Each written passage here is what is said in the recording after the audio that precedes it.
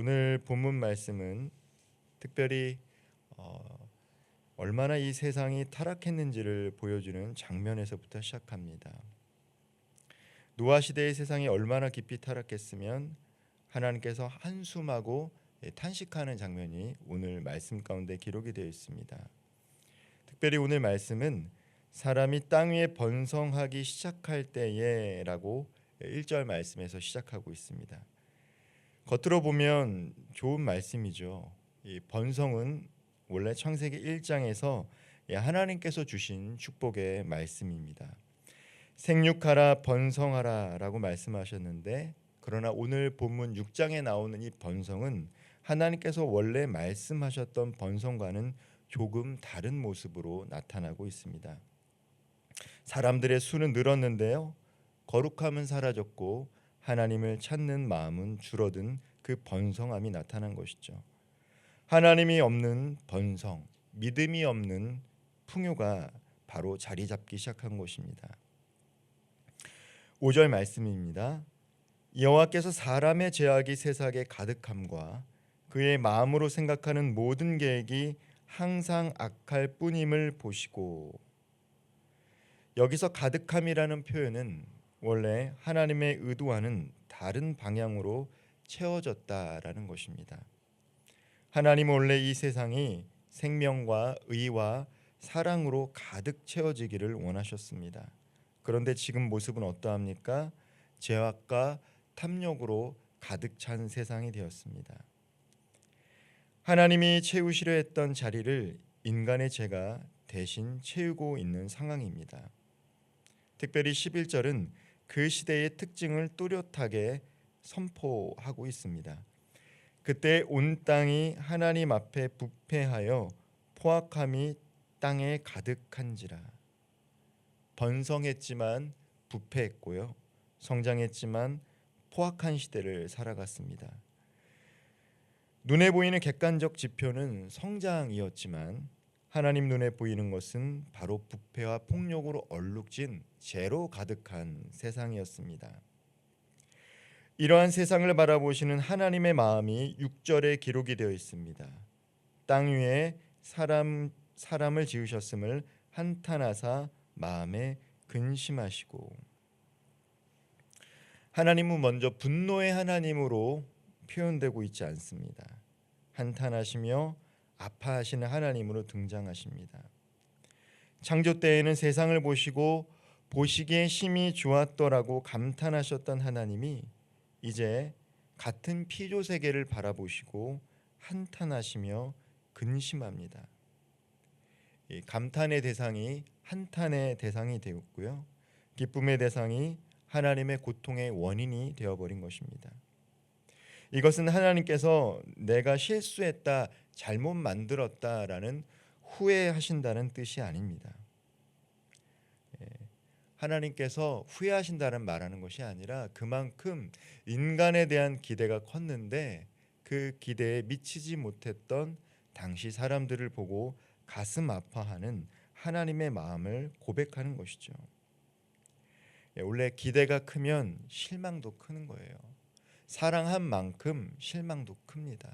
즉 하나님은 그들을 분노의 대상으로 바라본 것이 아니라 먼저는 한탄했다라는 것은 하나님이 너무나도 사랑했지만 그 기대에 미치지 못하고 죄로 얼룩진 부패하고 폭력된 세상을 보며 하나님께서 먼저 아파하셨다라는 것을 우리는 알 수 있습니다. 우리는 하나님의 마음을 이해할 수 있어야 돼요. 하나님께서 노아 시대의 세상을 보고 마음이 아파하셨다라면, 그렇다면 오늘을 살아가고 있는 시대를 바라보는 하나님의 마음은 어떠할까?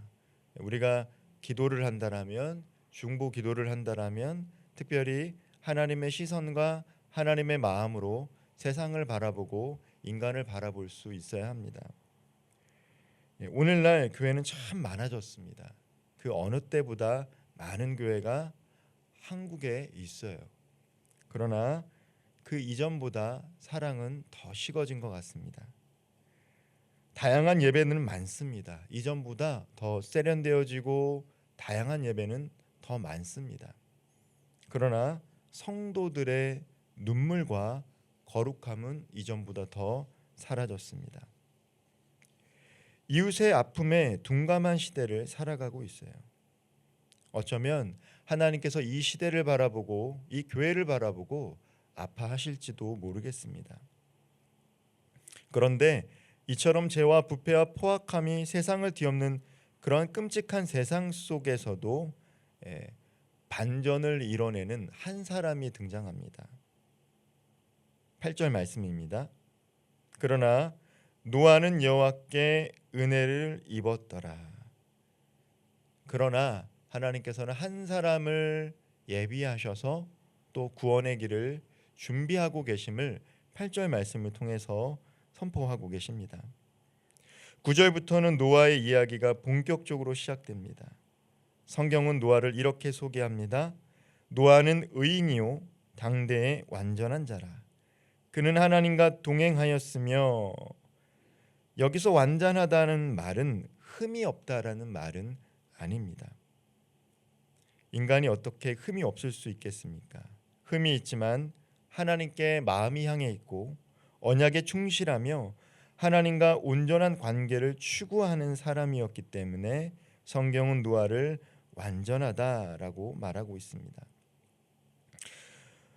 노아가 살아갔던 당대 시대의 사람들은 자기 눈에 좋은 대로 자기 욕망이 이끄는 대로 살았지만 노아는 하나님의 시선을 의식하며 살았습니다.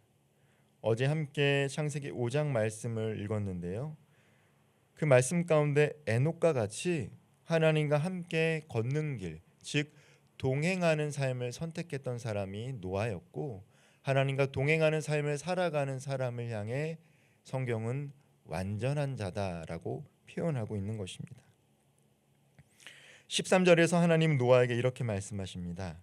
모든 혈육 있는 자의 포악함이 땅에 가득함으로 그 끝날이 내 앞에 이르렀으니 내가 그들을 땅과 함께 멸하리라. 여기까지만 들으면 하나님께서 완전히 끝내시고 심판하시겠다라는 생각이 듭니다. 그러나 13절의 말씀은 끝을 이야기함과 동시에 새로운 시작을 예고하는 것입니다. 14절 말씀입니다. 너는 고페르 나무로 너를 위하여 방주를 만들라.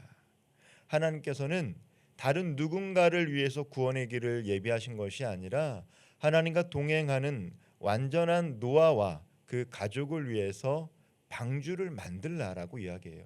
나를 위해 방주를 만드는 것이 아니라 너를 위해서 방주를 만들라라고 이야기하고 계십니다. 노아는 하나님의 심판 계획을 먼저 들었습니다. 그러나 동시에 하나님께서 직접 설계해 주신 방주의 도면 또한 봤습니다. 방주의 길이가 얼마인지, 너비와 높이가 어떻게 되는지, 창가문을 어디에서 어떻게 내야 하는지, 몇 층으로 지어야 하며 어떤 동물들을 태우고 어떤 양식을 준비해야 하는지 하나님은 매우 세심하시게도 하나하나 노아에게 알려주고 계십니다. 이것을 통해서 우리가 깨닫게 되는 것은 하나님의 심판은 충동적인 것이 아니라 죄에 대한 거룩하고도 정당한 응답이었다라는 것을 알 수 있습니다. 동시에 구원 또한도 갑자기 떠오른 임시 방편이 아니라 창세기 3장 15절에서부터 시작된 이미 구속 계획의 연장선이다라는 것이죠. 노아에게 방주가 예비되었듯이 우리에게는 십자가 예수 그리스도의 구원의 방주가 예비되었습니다. 세상의 죄가 가득해질수록 십자가의 은혜는 더 선명해질 것입니다. 이전보다도 죄가 더 관영했기 때문에 예수 그리스도를 믿고 하나님을 찾는 자들에게는 더 큰 은혜가 임하게 된다는 것이죠. 심판의 메시지가 강해질수록 복음의 은혜와 복음의 방주는 사람들에게 더 뚜렷해질 것입니다. 마지막 22절은 하나님의 말씀에 대한 노아의 반응이 기록이 되어 있습니다. 22절 말씀 읽겠습니다. 노아가 그와 같이 하여 하나님이 자기에게 명하신 대로 다 준행하였더라. 노아의 위대함은 하나님의 말씀을 완벽히 이해하는 데 있는 것이 아닙니다. 하나님의 뜻하신 바를 이해하는 것에 있는 것이 아니라 그것을 다 이해하지 못했지만 말씀에 순종하는 데 있다라는 거예요. 내가 성경의 뜻을 공부해서 다 이해해서 그리고 나서 실천했다는 것이 아니라 하나님의 말씀을 다 이해하지는 어렵지만 그래도 하나님 말씀하실 때에 그 말씀을 순종했던 사람이 바로 노아였어요. 계산하고 따져본 후에 결정했던 것이 아니고요. 이해가 되어서 따라가신 것이 아니라 상황이 나아졌기 때문에 하나님의 말씀에 순종한 것이 아니었습니다. 성경을 연구하는 학자들은 그때까지는 홍수를 경험하지 못했고 비도 경험하지 못했다라고 이야기합니다. 그럼에도 불구하고 노아는 하나님께서 말씀하신 것을 대비해서 방주를 지었다라는 것이죠. 그리고 하루아침에 뚝딱 방주가 지어진 것이 아니에요. 날마다 묵묵히 사람들의 비웃음과 오해 속에서도 하나님의 말씀하신 대로 순종하는 삶을 살았던 사람이 바로 노아였습니다.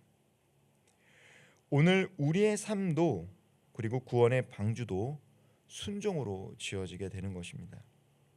말씀 앞에 무릎을 꿇는 시간, 가정과 교회와 나라와 민족을 위해 기도드리는 중보 기도의 시간, 삶 속에서 정직을 선택하는 결단, 누군가를 용서하기로 마음먹는 그 순간, 그 모든 것이 우리 삶 속에 세워지고 있는 방주의 한 나무 조각이고 못 하나가 되는 것입니다. 사랑하는 성도 여러분, 우리 시대도 노아 시대처럼 번성했지만 동시에 부패하고 매우 포악한 시대입니다. 그러나 그 시대 한가운데 노아가 있었던 것처럼 오늘 이 시대에도 하나님과 동행하는 한 사람, 한 가정, 한 교회를 하나님께서는 여전히 찾고 계십니다.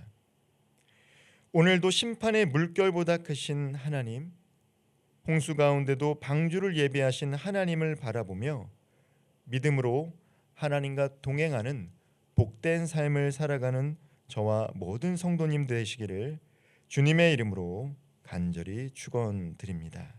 기도하겠습니다. 사랑과 은혜가 풍성하신 하나님 아버지, 죄로 가득한 세상 속에서도 구원의 방주를 예비하신 주님의 은혜에 감사드립니다.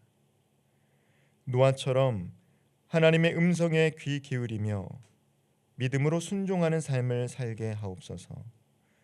눈에 보이는 번성과 성공보다 하나님의 시선을 의식하는 거룩을 추구하게 하시고 우리의 가정과 교회와 이 나라와 이 민족이 이 시대의 방주가 되어 주님의 은혜와 복음을 전하는 통로가 되게 하여 주옵소서.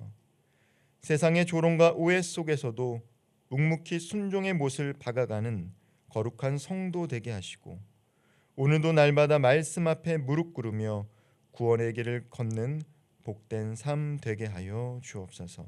이 모든 말씀 살아계시고 역사하시는 우리 구주 예수 그리스도의 이름으로 간절히 기도합니다. 아멘.